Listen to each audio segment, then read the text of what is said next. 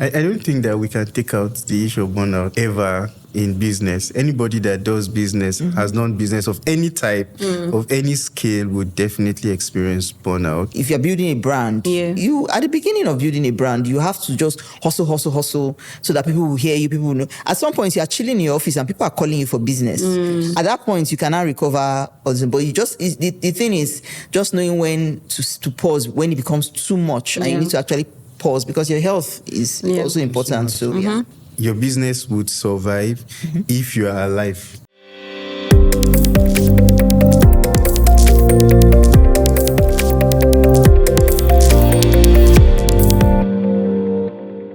Hi everyone, you're welcome to another episode of the Wealth Street Journal, the podcast where finance meets real life. And we are here in the Purple Room today. So in the studio with me, I have Femi Oladele and Ima Obonga Sema. like it's so poppy here. I feel the royalty here. So I have a question.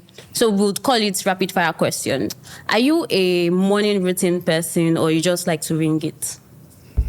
So, yes, I believe that I'm a morning person, but I also believe that I can be anything. Okay, you can just swing it sometimes. A morning person. It looks like someone that needs to like just take his time and boots, like kind of person that will wake up like, where am I? I believe I can survive in any scenario. If I need to wake up early, I would, but I don't have a routine. I don't have a fixed routine. Oh, are you, Mabong? I don't think I'm a morning person. Okay. I'd rather be asleep in the morning. So I don't think I'm a morning person. But yeah, definitely not a morning person. But do you like to have a routine, like when you wake up, plan? Yeah, I definitely am a routine person. Okay. This is what I'll do next. This is what I'll do next. What I'll do next. Yes, I'm definitely awesome. a routine person. And that question, and I'll just bring the rapid fire session to a close. Are you someone that prefers to have a mentor in whatever aspect of your life, or you just go with the flow? Let me start with my okay. this time. Femi, you would be shocked at this, but I'm not a strong believer in having a mentor as per one-on-one mentorship. Yeah. I do have people I can, maybe you use the word mentor, but from afar. I never want to be not a strong believer. How about you? I think that for specific areas of my life, yes, I have people that I look up to and talk to. So for our marriage, for example, we have a family. They have been married for 57 years, and we have check-ins every Friday by 5 p.m. For when I was a university lecturer, and we just talk about anything. It's not like so in those conversations, then suggestions can come up and all of that. When I was a university lecturer, I also had someone I looked up to. Aside that, I have a mentor, and she's sitting right beside me. Aww.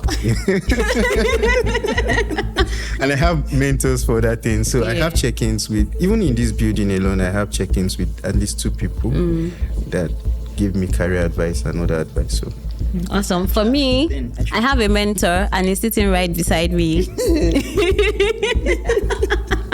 Okay, so today we'll be talking about grinding and having a structured business. So I just want to ask you, Femi, what do you think the difference between, I know that there is obviously a difference between grinding, hustling and all of that and having a structured business. But there are some people that tell you, I love what I do as maybe my side also, but I don't know when it is time to bring it in as a business, like a structured business. So how would you advise, say, someone like me that, let me think of a business now that I really love. Say maybe I love writing, and for me, it's something that I'm very passionate about.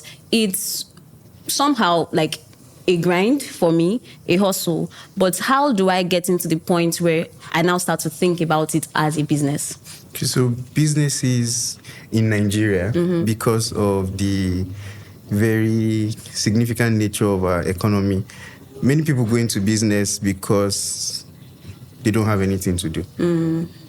Many people also would have side hustles because they are day job or their main job cannot cover their financial needs. And that is prevalent for most people in Nigeria, except HNIs and UHNIs. It's difficult to survive, so it's opportunity-based. Yeah. And then we used to call it, in our team, we call it business of make I see something chop. Oh, no. Because it's not necessarily, because if you pick those people now and you put them in jobs that can cover their costs, they might not have interest in that business anymore. So it's not like they're doing it for survival, and that's what happens to most people. The general advice that we give is that have an opportunity for when your business can then meet at least your survival needs.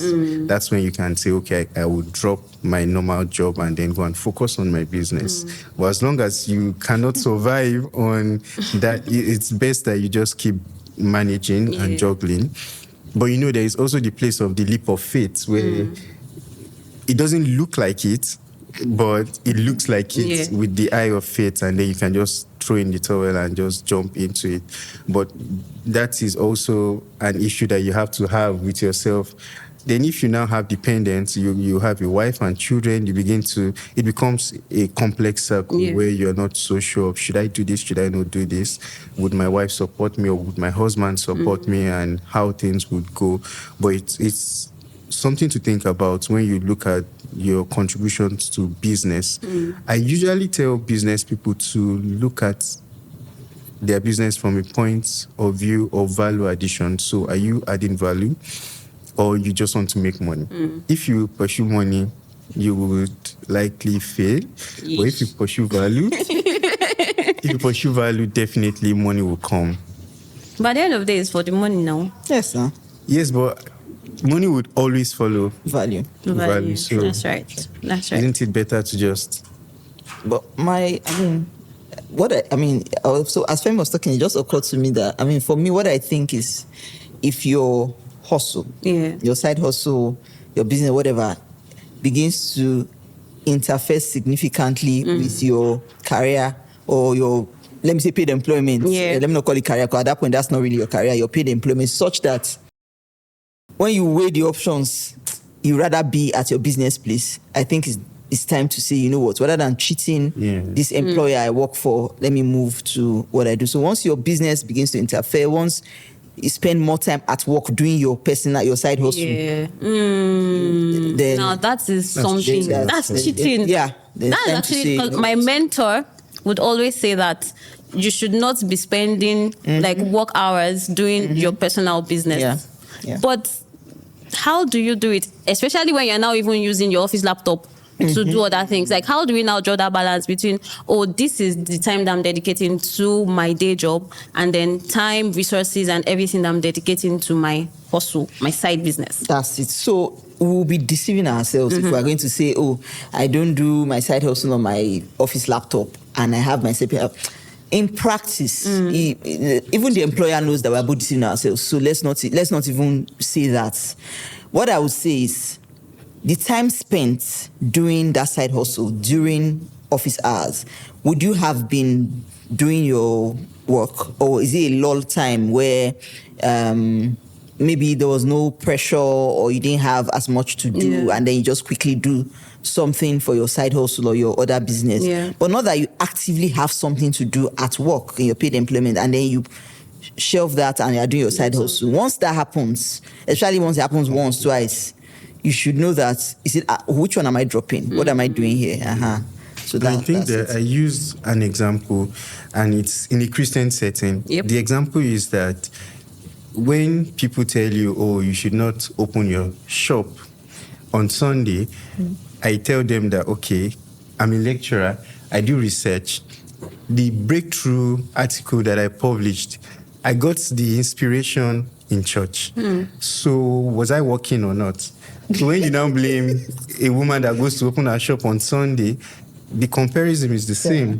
What if that's the day a knowledge worker is thinking while he's in church, he's working. So why would you blame a woman opening a shop on Sunday? So I use that also to explain that if you begin to see that your job is conflicting, that's not right at all. And then you have to make the difficult choice, because it's usually difficult. Employment gives you stability, financial stability. You are certain that your money is coming at a certain time, certain day.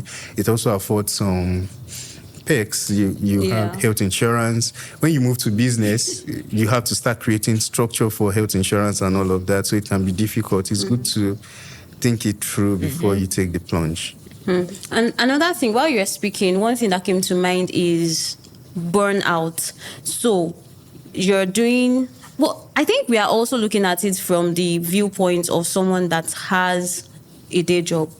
What if you don't even have a day job, but then you're now very passionate? Like, let's use me. Let's assume that I really love speaking. I love talking. I'm like, I want to turn this talking business into an actual business, not just side hustle.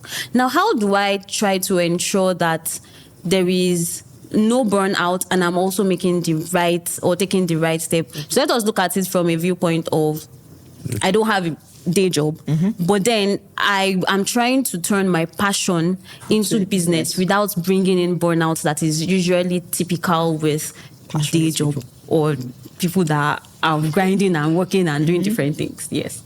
I don't think that we can take out the issue of burnout ever in business. Anybody that does business, has done business of any type, of any scale, would definitely experience burnout.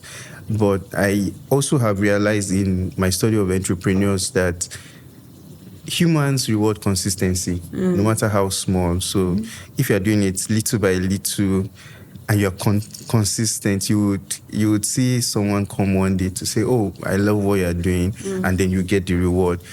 That's human nature. So when you understand yourself, I give an example, and I use this very much. When I was in school as an undergraduate, I realized that I could not match my academics with a love life. So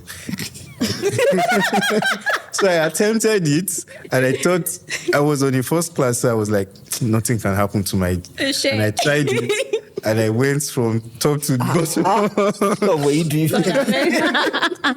And I went from top to bottom, so I understood myself that, see, young man, you can't combine.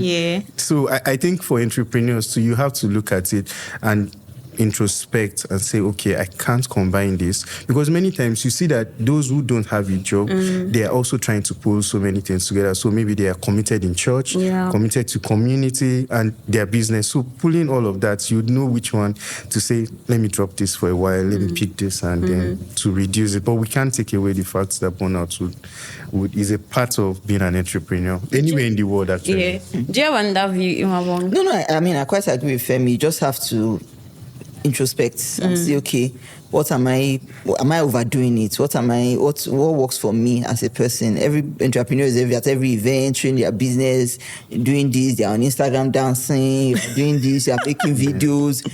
Okay, calm down. Which one works for me? What should I do? And then which one should you drop? So it will happen, then you reassess, you drop one or two things, then you forget again, and then when it looks like the world is crashing down on you again, you remember again and say, okay, I need to pause and drop. But burnout, I feel, it's a part of, even if you're not a business person, you just realize you're doing everything. You're there for your family, you're there for your friends, you're at work, you're outside, it's a lot. So you have to calm down and say, okay, which one am I dropping for this period? And then, But, what if, people would say that, it is at the beginning time that you need to put in all of the work, that what if I don't now put all of this work that I'm supposed to put in and I don't get the requisite value, just like you said, I don't get the required value or money at the end of it, because I need to dance on TikTok to make sure that people are seeing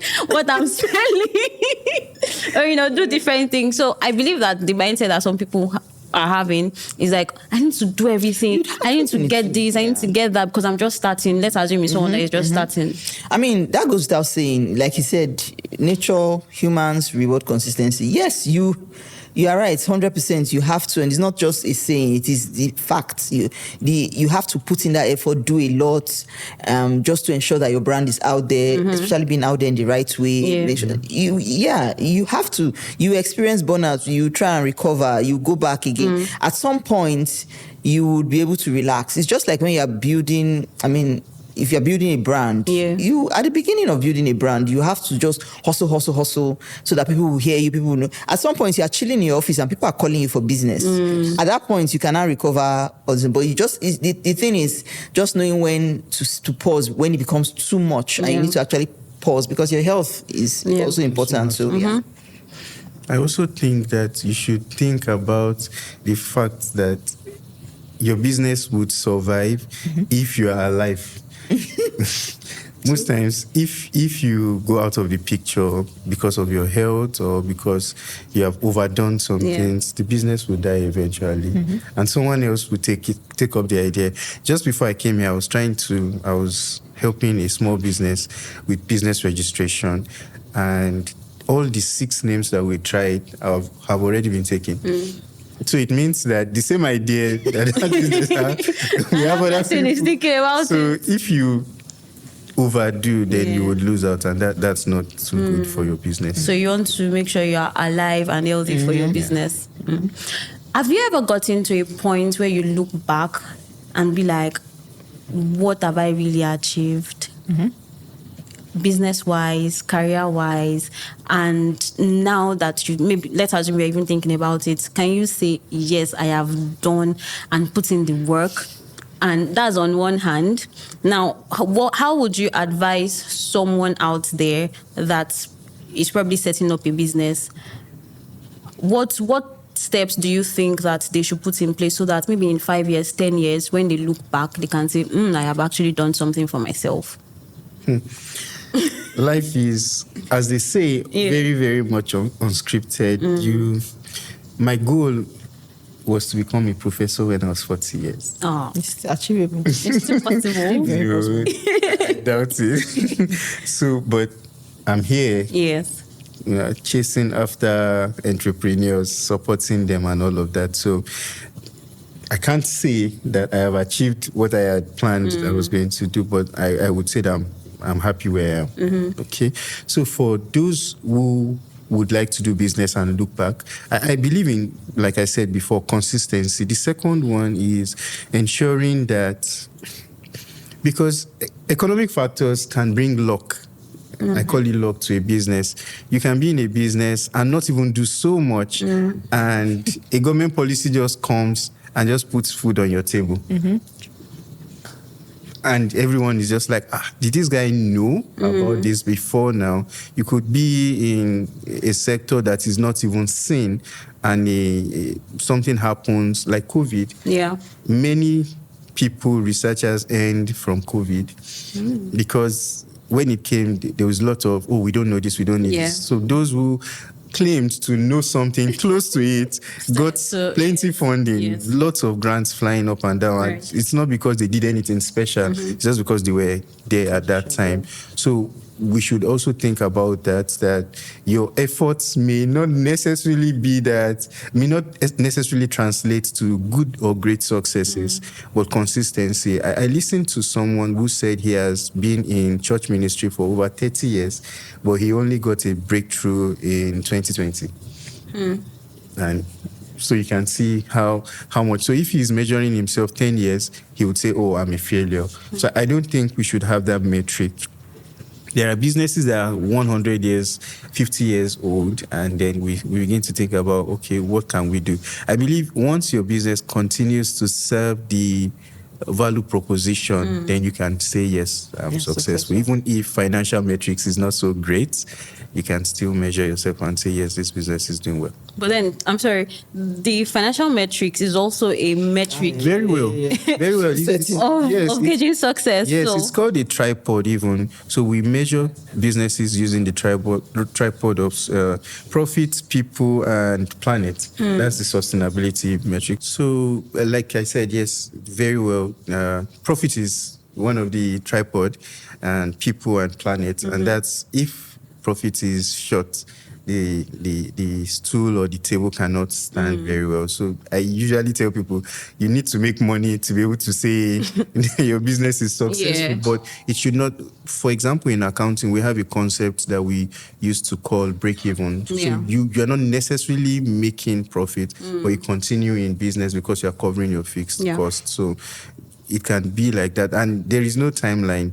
We also have temporary distress pricing where you temporarily reduce the price of your goods and services just to get by for a short period of time. So I believe that there are issues like that you can use to measure your business, but definitely profit is important. Right. What about you, Imabong? I mean, picking up from what Femi stopped, profit definitely is important in any business, and we measure businesses on the outside. Generally, when you see somebody that their business is making money, sometimes people just look at you, and if you have plenty clients or customers, they just assume that your business is very successful, but not necessarily. So if you've broken even and you're able to still sustain that business, pay your people or pay yourself, then you can say you're successful. Then another way of, if you are looking back, what are the goals you set? Have you, maybe you have not met all the goals you set, which is very okay. But what else did you then do? What else did you achieve? So you might not have set a goal, but you achieved it. So put that on the tracker. Even if I did not set it. I didn't set it, but it happened. So I should count it like, you know what? You go. Yes. Not do you, but somebody else has replaced you. Do you understand? So it helps you mentally too. It helps you to feel better, feel good about yourself, and have more energy to put into the business. So even not business-wise, if you think about, I set out to, Femi was talking about being a professor at 40, but what else have I achieved? I'm a professor at 40. Maybe my goals have changed. Maybe I don't want to be a professor at 40 anymore. But what have I achieved now? And then if truly when you look in and you think that, I've not achieved much, okay, what can I do to begin to achieve something? What's that small thing I can do to quickly win in the next 6 months or 1 year to make me feel better about myself? And then what are the things I can put in place longer term, both for myself as an individual or for my business, to win, to achieve, right? So it's okay not to have achieved what you planned. It's okay to feel bad, but what am I doing immediately to catch up, right? So I wanted to say you wanted your business to have served a number of customers and you have not done that. Okay, what have I done? What can I do? What new business lines can I should I really be doing this business? Maybe I should shift to a different business, something like that. So yeah. Yeah, I think that's very valid. And I'm taking away, even if I did not set you and I've achieved it, it's part of the goal. It's part of the goal. It's going into the goal bin. Okay. Yeah, so, just like we've established, a lot of people are actually going into business these days. I don't know if it is the economy, I don't know if it is the inflation, I don't know if it's exchange rate, but everyone is setting up shop somehow, starting one thing and another. So how do I know when to upscale? Let's assume I all of a sudden start selling perfume as something that I like doing, or maybe because I just have access to some funding. How do I know when it is time to upscale? I know that, yes, my cost would let me know when it is time to upscale, but how practically would I know that, it is time to upscale? Should I start with Femi or with you? Okay, let's do Femi first. Okay, so I think that, do you sell perfume? Kinda. Okay, so let's use that example, and you think about it. I actually believe that one type of perfume that will sell in Lagos is the perfume that erases the smell of smoke from vehicles. Because imagine you're coming from Yaba to Obalende to Ikoyi, you pass through Obalende and the yellow bus. I think there's a type of smell that you're intentionally not saying, but will it be there? Baptizes you with smoke, and then before you get to the office, there should be something that you just spray and just eats up the smoke. That would sell in Lagos, I believe. Business idea for you. Business idea. But generally, you have to look at many things. Yeah. Can that perfume business, can it provide you with a quality of life that you desire? Also, Ima has talked about the conflict between your day job and your side hustle. You have to look at that also. And then we need to use data. what is your data saying? And this is where many people don't want to either employ the services of a professional or to even do it by themselves. They just believe by instinct that all will be well. I don't support that model. It's good to use the data and check every week, every month. You can see the trend, and you can even determine that, oh, it looks like I sell more during this season than that season. Then you're able to compute and then say, okay, I think it's time for me to move. Looking also at opportunity, where opportunity lies, because that's very significant. You could have captured a market and not want to look beyond that market, but it's good that when you capture a market, then you begin to look to other places. Where else can I plug my business?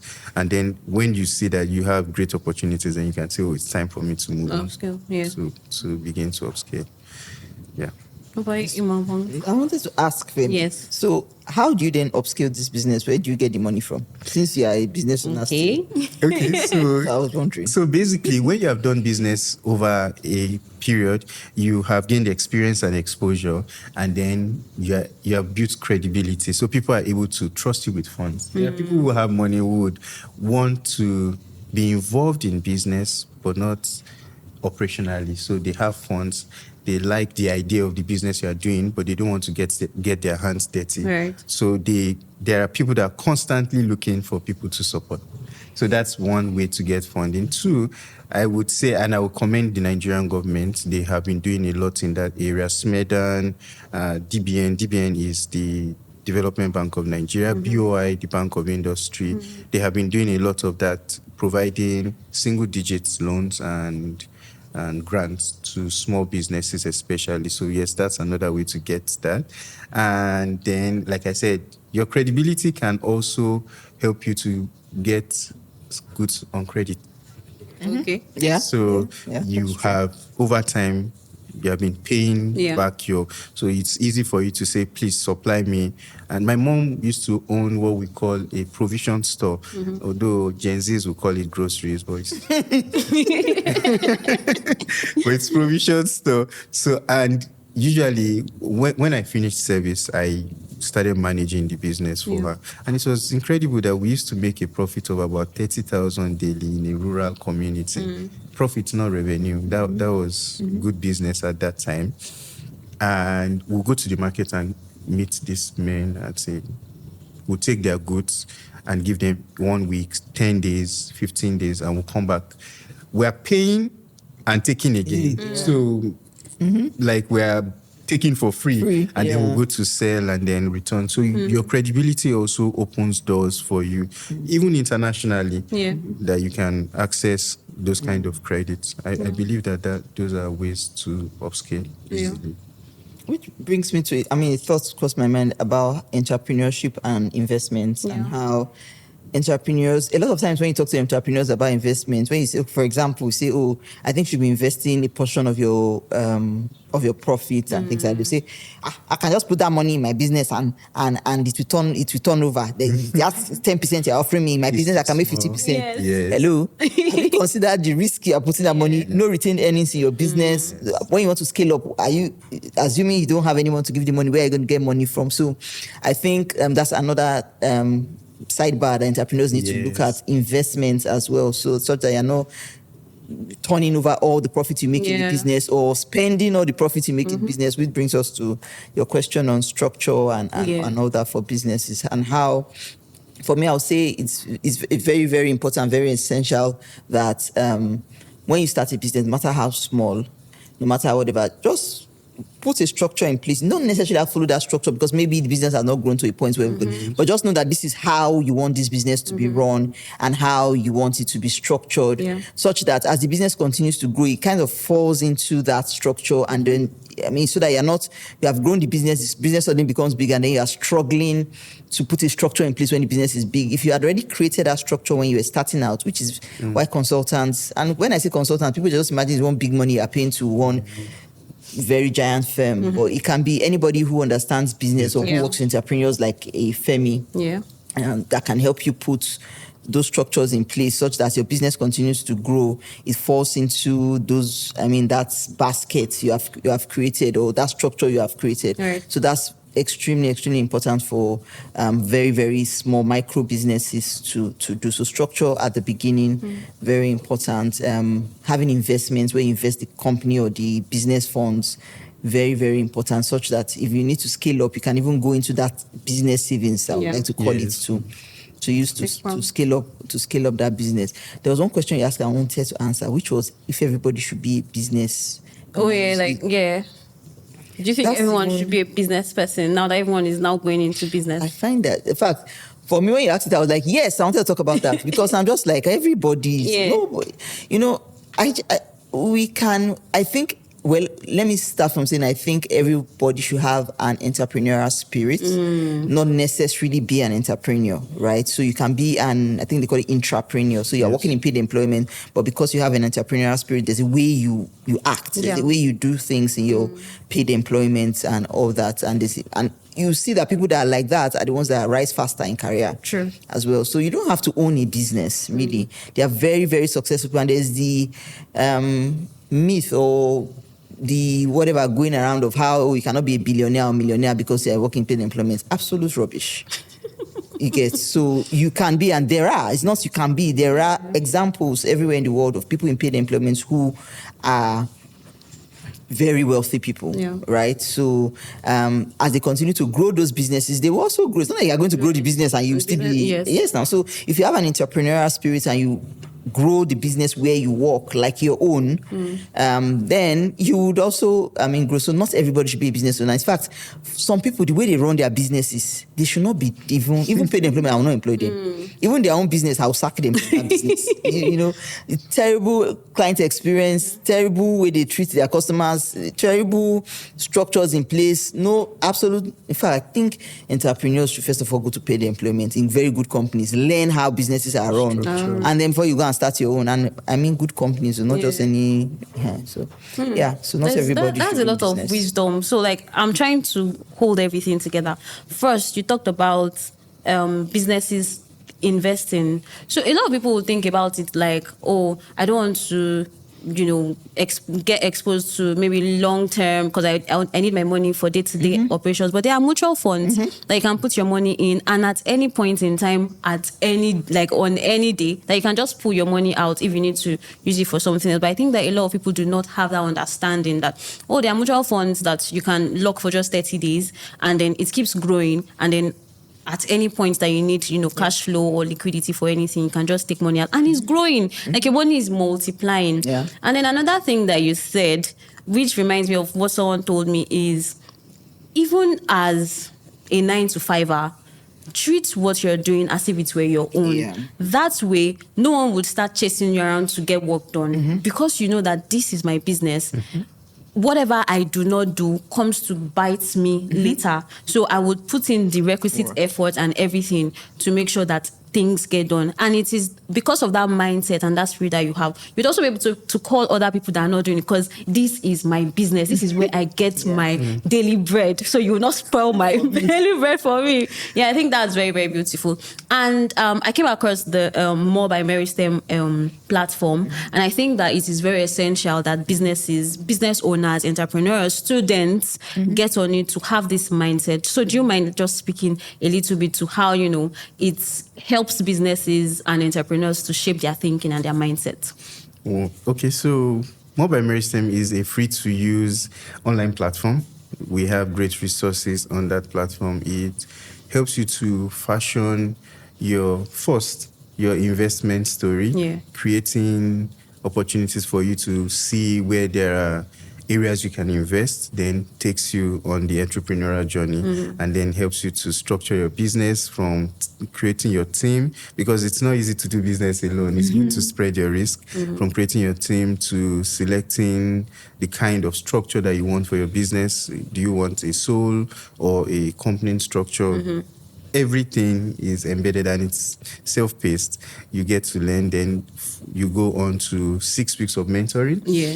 And then you also pitch your business. Yes. You pitch your business, and who knows, you can win a grant to support your business, or even win other services, advisory services that are provided through that platform. I think that's very, very beautiful. And do you want to say something about it, or it's just? Enough. I mean, Femi, so it's just. I mean, it's an element. So go on the platform. I think if you are looking to start, you already have a business, really, and you're looking to better yourself. I mean, I think it's something. It's very, very, very useful tool that you can. I mean, go on and learn and get better. Nobody's tracking you. They're just, and then of course people are tracking you. Actually, they're tracking to ensure that you get it done. Yeah. So you have kind of accountability partners. So it really, really helps. And then there's mentorship, which you talked about at the beginning, of people who have gone through this part. So there's a mentorship part of more. I think that's the only part Femi mentioned, where you can go there and then get people to mentor you, or get a mentor, or get a form of mentorship over a period of time that will really, really help you do better as a small business owner. Yeah. And it is free. Completely free. It is absolutely free. All right. Thank you so much, Femi and Imabong, for being on the show today, for coming to my purple, because I have purple here. This is like purple. So I'm in sync. Thank you so much. Thank you. All right. So till we come your way next time, make sure you keep investing. Listen to this over and over and share it with people. So make sure you like, comment, and subscribe. Till we catch you next time, keep investing.